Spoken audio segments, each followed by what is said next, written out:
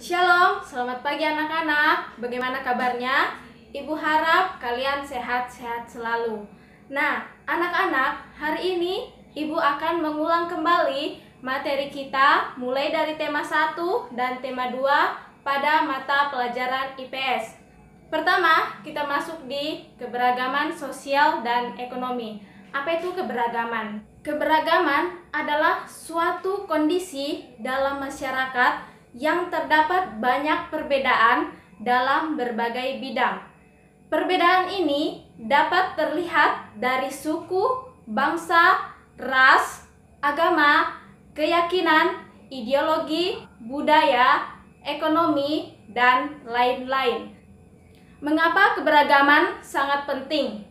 Karena keanekaragaman yang dimiliki bangsa Indonesia merupakan kekayaan dan keindahan wilayah negara Indonesia.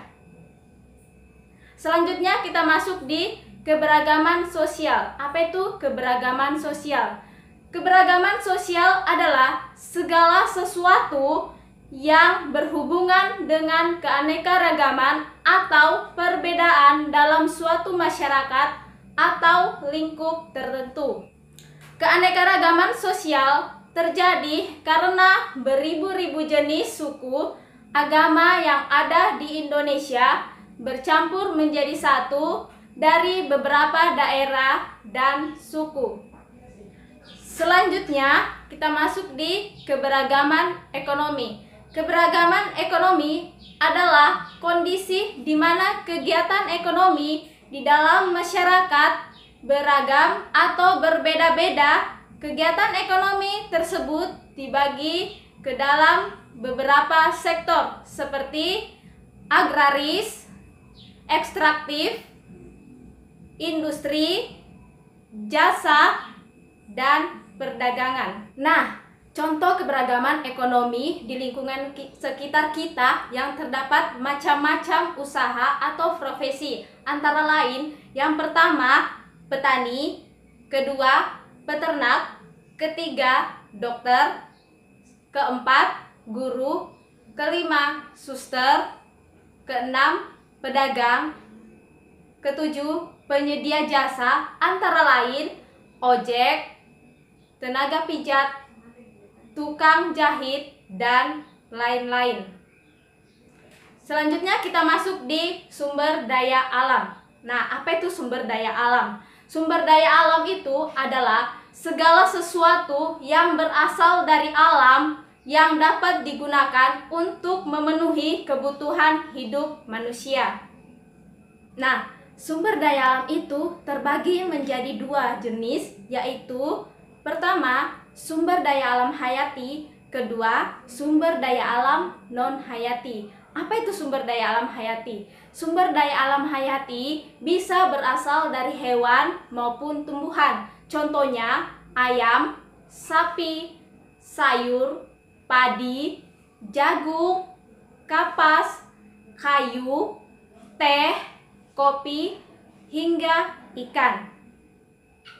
Selanjutnya, apa itu sumber daya alam non-hayati? Nah, sumber daya alam non-hayati adalah sumber daya alam yang bukan berasal dari hewan maupun tumbuhan. Contohnya, angin, sinar matahari, udara, air, tanah, bahan tambang, minyak bumi, dan gas alam.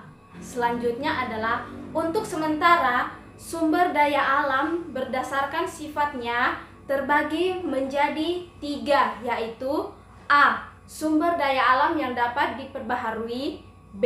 Sumber daya alam yang tidak dapat diperbaharui, dan yang C adalah sumber daya alam kekal. Nah, anak-anak, kita bahas satu persatu. Yang pertama, sumber daya alam yang dapat diperbaharui. Sumber daya alam yang dapat diperbaharui ini maksudnya adalah sumber daya alam yang dapat dibuat atau yang dapat dipulihkan kembali. Contohnya, hewan dan tumbuhan. Yang kedua, sumber daya alam yang tidak dapat diperbaharui. Maksudnya, sumber daya alam yang jumlahnya sangat terbatas. Sumber daya alam ini akan mudah habis suatu saat dan sulit akan diperbaharui kembali dan tidak dapat dibuat kembali. Contohnya minyak bumi, gas alam, dan batu bara. Dan yang terakhir, sumber daya alam kekal. Sumber daya alam kekal adalah sumber daya alam yang tidak akan habis dan selamanya akan ada di bumi.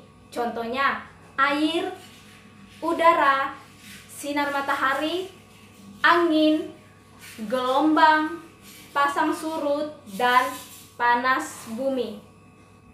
Nah, anak-anak, demikianlah pembahasan materi dari Ibu. Semoga kalian dapat mengerti. Selamat belajar untuk mempersiapkan UTS. Jaga kesehatan selalu dan Tuhan Yesus memberkati.